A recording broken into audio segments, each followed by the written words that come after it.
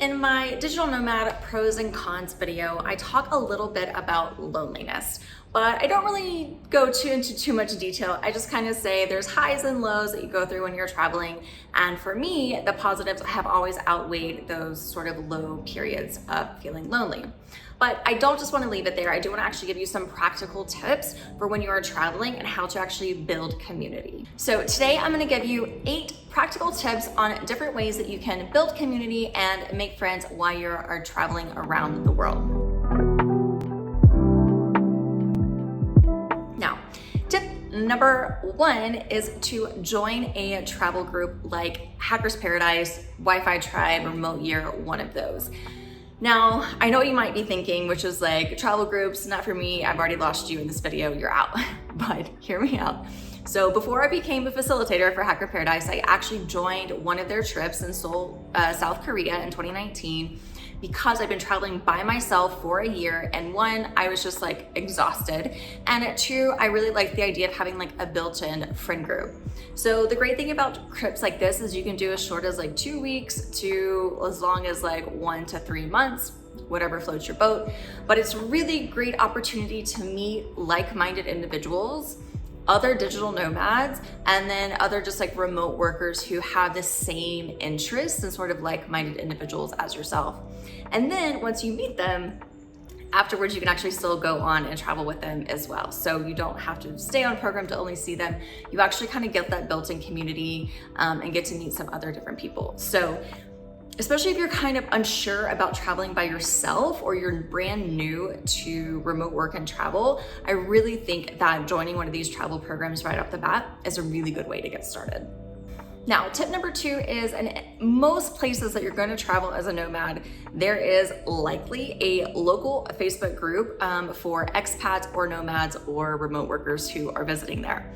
It's going to depend on how popular of a destination it is, but at this point, there are sort of, if your first language is English or the language that you communicate in, you're gonna be able to find most Facebook groups for destinations that you're in. They're always talking about different events that are going on, maybe it's networking, maybe it's socializing, and also sometimes they just give really good tips on where to go for the best Wi-Fi, the best dentist in town, things like that. So don't be shy. You may or may not want to use Facebook a whole lot, but Facebook groups specifically are a really good way to meet people when traveling. Now, a third thing that you can do is actually check out hostels and the local area. Many of them host events, and you don't necessarily have to be staying there or a member of that hostel to join. So there's hostels here in Medellin, for example, that do salsa lessons and live salsa bands. There's some that have done like a bar hop around town. We actually even went on a city walking tour that was organized through a hostel. So don't be shy, do some research. Hostelworld.com is a great way to find different hostels in the city that you're in. Or you can also check out Instagram or just by Googling and seeing what events are happening, who's hosting. And that's gonna be a really good way, again, to meet people probably in your same sort of either other travelers or nomads. A lot of remote workers also stay in hostels these days. Some of them even have co-working spaces. So don't be afraid to check out what's happening from the local housing options. Now, another one that may not be quite as obvious and can be a bit more challenging, you might have to do your research, is to volunteer at a local shelter, like an animal shelter or something in the area. So I've been to one specifically in Vietnam. The family I was house sitting for they went on weekly walks. Their dogs were allowed to go on weekly walks with the shelter. So they organized these walks to kind of socialize the shelter dogs. So that was one way I was able to meet different locals. But I've also been to places where the animal shelters like to have people come in and like socialize with the animals even without necessarily going on walks. You can just come and play with the cats or dogs or whatever. So that might be a really good way to sort of just like interact with new people, meet some locals, and then even from there, I got to kind of like make new friends that I went on my different walks with. When working and traveling, it can be really tempting to just work from your Airbnb or your room or whatever it is, maybe even a cafe. Cafes are great. But I would also encourage you, if you're there long enough, to check out a co-working space. It's gonna be the #1 place that you're gonna meet other people doing what you're doing. Many of them, they might be expats, they might be there long-term, I say 1 month or 2 months at a time, but it is a really good way, you know, kind of that like water cooler feel that you get from like working in an office. You can actually go up and you can meet people in different ways by working in co-working spaces. Also, kind of like the hostels in town, a lot of co-working spaces also organize events. So if you're a member there, then you're more likely to know about events that are happening. They might be a networking event, it might be a happy hour or something like that.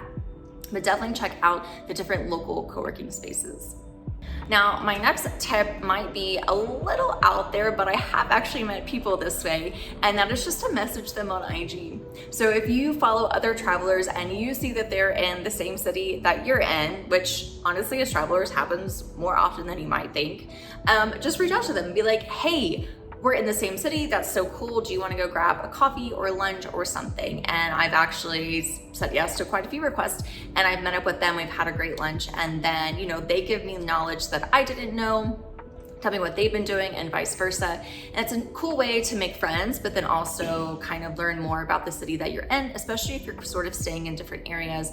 Maybe there's just something you haven't discovered yet. So don't be shy. That's actually the next tip. Whether you're traveling solo, which maybe you have to put yourself out there a little bit more, or if you are traveling with a group, you're more likely to not go out of your comfort zone if you're traveling with a group. So definitely just like, don't be shy. It's okay to just like walk up to people and say, hey, where are you traveling from? Where are you from? Something people love talking about themselves. So if you just start asking them questions, not like in a weird way, but like just in a friendly way, you know, some of those nights that maybe you're not really into like making like a lot of friends, but you just want to have a conversation, which happens, that is not a bad way to do it.